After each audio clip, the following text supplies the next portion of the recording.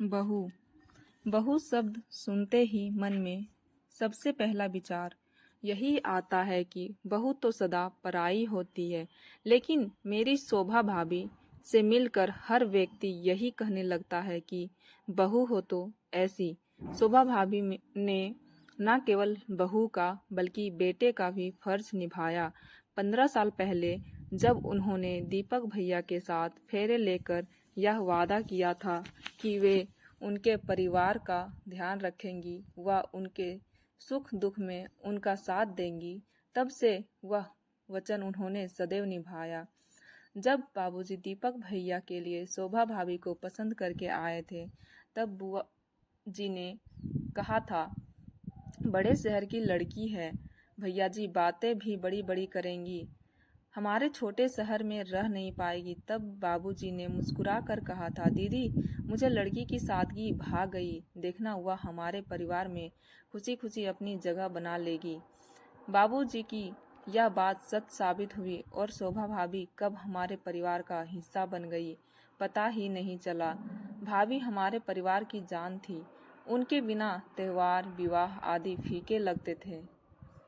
भैया सदैव काम में व्यस्त रहते थे, इसलिए घर के काम के साथ साथ घर के बाहर के काम जैसे बिजली का बिल जमा करना, बाबूजी की दवा आदि लाना सब भाभी ही किया करती थी। माँ के देहांत के बाद उन्होंने मुझे कभी माँ की कमी महसूस नहीं होने दी। इसी बीच राहुल के जन्म ने घर में खुशियों का माहौल बना दिया। सारा दिन बाबूजी उसी के साथ खेलते रहते। मेरे दोनों बच्चे अपनी मामी के इस नन्हे तोहफे से बेहद खुश थे। वे स्कूल से आते ही राहुल से मिलने की जिद करते थे। मैं जब भी अपने पति दिनेश के साथ अपने मायके जाती तो भाभी ना दिन देखती ना रात, बस सेवा में लग जाती। इतना लाड तो माँ भी नहीं करती थी। एक दिन बाबूजी का फोन आया और उन्होंने कहा, शालिनी दिनेश को लेकर फौरन चली आ बेटी, शोभा को तेरी ज़रूरत है। मैंने तुरंत दिनेश को दुकान से बुलवाया और हम दोनों घर के लिए निकल पड़े। मैं सारा रास्ता परेशान थी कि आखिर बाबूजी ने इस समय हमें क्यों बुलाया और भाभी को मेरी ज़रूरत है ऐसा क्यों कहा। मन में सवाल लेकर जैसे ही घर पहुंची तो देखा कि बाहर टैक्सी खड़ी थी और दरवाजे पर 2 बड़े सूटकेस रखे थे। कुछ समझ नहीं आया कि क्या हो रहा है। अंदर जाते ही देखा कि बाबूजी परेशान बैठे थे और भाभी चुपचाप मूर्ति बनकर खड़ी थी। भैया गुस्से में आए और बोले, उफ, तो अब अपनी वकालत करने के लिए शोभा ने आप लोगों को बुला लिया। भैया के ये बोल दिल में तीर की तरह लगे। तभी दिनेश बोले, क्या हुआ भैया, आप सब इतने परेशान क्यों हैं। इतना सुनते ही भाभी फूट फूट कर रोने लगी। भैया ने गुस्से में कहा, कुछ नहीं दिनेश, मैंने अपने जीवन में एक महत्वपूर्ण फैसला लिया है जिससे बाबूजी सहमत नहीं है। मैं विदेश जाना चाहता हूँ, वहाँ बहुत अच्छी नौकरी मिल रही है, रहने की को मकान व गाड़ी भी। यह तो बहुत अच्छी बात है भैया, दिनेश ने कहा। दिनेश कुछ और कह पाते तभी भैया बोले, मेरी बात अभी पूरी नहीं हुई दिनेश। मैं अब अपना जीवन अपनी पसंद से जीना चाहता हूँ, अपने पसंद के जीवन साथी के साथ। यह सुनते ही मैं और दिनेश हैरानी से भैया को देखने लगे। भैया ऐसा सोच भी कैसे सकते थे। भैया अपने दफ्तर में काम करने वाली नीला के साथ घर बसाना चाहते थे। शोभा मेरी पसंद कभी थी ही नहीं। बाबूजी के डर के कारण मुझे यह विवाह करना पड़ा, परंतु कब तक मैं इनकी खुशी के लिए अपनी इच्छाएं दबाता रहूंगा। मैं बाबूजी के पैरों पर गिरकर रोती हुई बोली, बाबूजी आप भैया से कुछ कहते क्यों नहीं, इनसे कहिए ऐसा ना करे, रोकिए इन्हें बाबूजी, रोक लीजिए। चारों ओर सन्नाटा छा गया। काफी सोचकर बाबूजी ने भैया से कहा, दीपक यह अच्छी बात है कि तुम जीवन में सफलता प्राप्त कर रहे हो, पर अपनी सफलता में तुम शोभा को शामिल नहीं कर रहे हो, यह गलत है। मत भूलो कि तुम आज जहाँ हो वहाँ शोभा पहुँचने में शोभा ने तुम्हारा भरपूर साथ दिया। उसके प्यार और विश्वास का यह इनाम मत दो उसे, वह मर जाएगी। कहते हुए बाबूजी की आंखों में आंसू आ गए। भैया का जवाब तब भी वही था और वे हम सबको छोड़कर अपनी अलग दुनिया बसाना चले गए। बाबूजी सदा यही कहते थे कि वक्त और दुनिया किसी के लिए नहीं रुकती। इस बात का आभास भैया के जाने के बाद हुआ। सगे संबंधी कुछ दिन तक घर आते रहे दुख व्यक्त करने, फिर उन्होंने भी आना बंद कर दिया। जैसे जैसे बात फैलती गई वैसे वैसे लोगों का व्यवहार हमारे प्रति बदलता गया। एक दिन बुआ जी आई और जैसे ही भाभी उनके पांव छूने लगी वैसे ही उन्होंने चिल्लाकर कहा, हट बेशरम, अब आशीर्वाद लेकर क्या करेगी? हमारा बेटा तो तेरी वजह से हमें छोड़कर चला गया। बूढ़े बाप का सहारा छीनकर चैन नहीं मिला तुझे? अब क्या जान लेगी हमारी? मैं तो कहती हूँ भैया, इसे इसके मायके भिजवा दो, दीपक वापस चला आएगा। बाबूजी तुरंत बोले, बस दीदी, बहुत हुआ। अब मैं एक भी शब्द नहीं सुनूंगा। शोभा इस घर की बहू नहीं, बेटी है। दीपक हमें इसकी वजह से नहीं, अपने स्वार्थ के लिए छोड़कर गया है। मैं इसे कहीं नहीं भेजूंगा। यह मेरी बेटी है और मेरे पास ही रहेगी। बुआ जी ने फिर कहा, कहना बहुत आसान है भैया जी, पर जवान बहू और छोटे से पोते को कब तक अपने पास रखोगे? आप तो कुछ कमाते भी नहीं, फिर इन्हें कैसे पालोगे? मेरी सलाह मानो, इन दोनों को वापस भिजवा दो।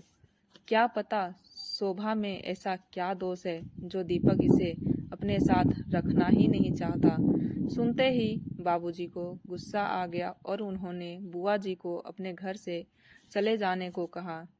बुआ जी तो चली गई, पर उनकी कही बात बाबूजी को चैन से बैठने नहीं दे रही थी। उन्होंने भाभी को अपने पास बिठाया और कहा, बस शोभा, अब रोकर अपने आने वाले जीवन को नहीं जी सकती। तुझे बहादुर बनना पड़ेगा बेटा, अपने लिए, अपने बच्चे के लिए। तुझे इस समाज से लड़ना पड़ेगा। तेरी कोई गलती नहीं है। दीपक के हिस्से तेरी जैसी सुशील लड़की का प्यार नहीं है। तू चिंता ना कर बेटा, मैं हूं ना तेरे साथ और हमेशा रहूंगा। वक्त के साथ भाभी भी ने अपने आप को संभाल लिया। उन्होंने कॉलेज में नौकरी कर ली और शाम को घर पर भी बच्चों को पढ़ाने लगी।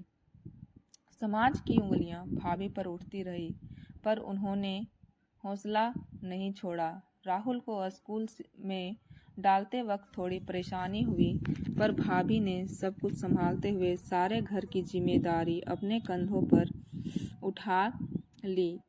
भाभी ने यह साबित कर दिया कि अगर औरत ठान ले तो वह अकेले पूरे समाज से लड़ सकती है। इस बीच भैया की कोई खबर नहीं आई। उन्होंने कभी अपने परिवार की खोज खबर नहीं ली। सालों बीत गए, भाभी अकेली परिवार चलाती रही, पर भैया की ओर से कोई मदद नहीं आई। एक दिन भाभी का कॉलेज से फोन आया, दीदी घर पर ही हो ना, शाम को आपसे कुछ बात करनी है। हाँ हाँ भाभी, मैं घर पर ही हूँ, आप आ जाओ।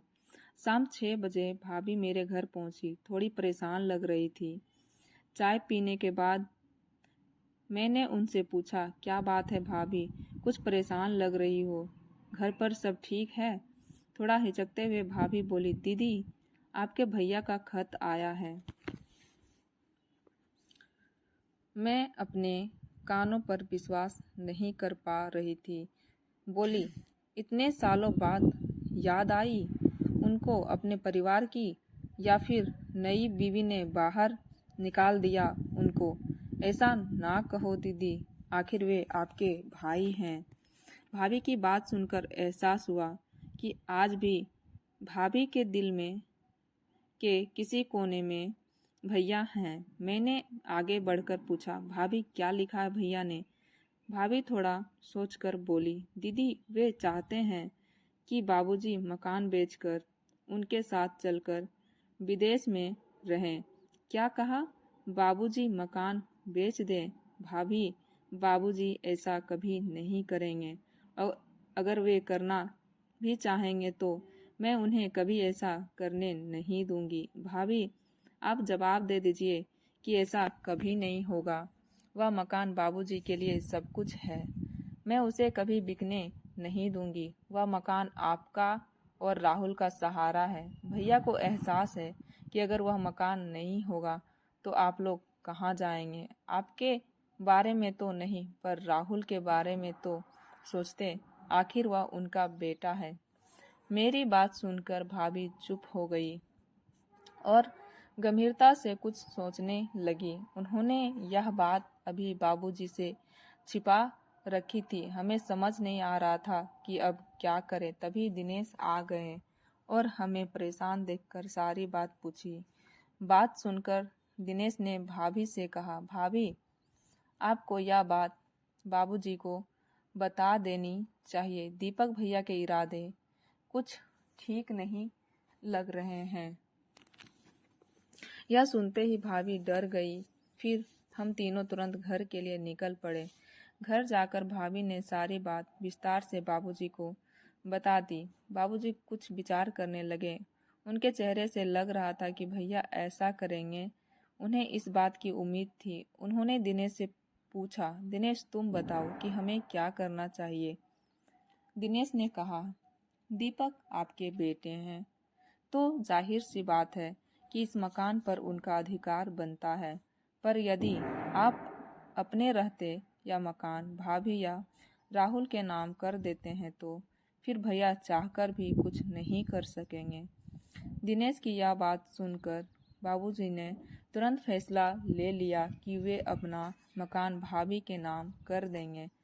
मैंने बाबूजी के इस फैसले को मंजूरी दे दी और उन्हें विश्वास दिलाया कि वे सही कर रहे हैं। ठीक 10 दिन बाद भैया घर आ पहुँचे और आकर अपना हक मांगने लगे। भाभी पर इल्ज़ाम लगाने लगे कि उन्होंने बाबूजी के बुढ़ापे का फायदा उठाया है और धोखे से मकान अपने नाम करवा लिया है। भैया की कड़वी बातें सुनकर बाबूजी को गुस्सा आ गया। वे भैया को थप्पड़ मारते हुए बोले, नालायक, कोई तो अच्छा काम किया होता। शोभा को छोड़कर तूने पहली गलती की और अब इतनी घटिया बात कहते हुए तुझे जरा सी भी लज्जा नहीं आई। उसने मेरा फायदा नहीं उठाया बल्कि मुझे सहारा दिया। चाहती तो वह भी मुझे छोड़कर जा सकती थी, अपनी अलग दुनिया बसा सकती थी, पर उसने वे जिम्मेदारियां निभाई जो तेरी थी। तुझे अपना बेटा कहते हुए मुझे अफसोस होता है। भाभी तभी बीच में बोली, दीपक, आप बाबूजी को और दुख मत दीजिए। हम सबकी भलाई इसी में है कि आप यहाँ से चले जाएं। भाभी का आत्मविश्वास देखकर भैया दंग रह गए और चुपचाप लौट गए। भाभी घर की बहू से अब हमारे घर का बेटा बन गई थी। दोस्तों, कहानी कैसी लगी कमेंट सेक्शन में ज़रूर बताएं। कहानी अच्छी लगी हो तो लाइक शेयर ज़रूर करें और चैनल पर नए हो तो चैनल को सब्सक्राइब ज़रूर करें। धन्यवाद।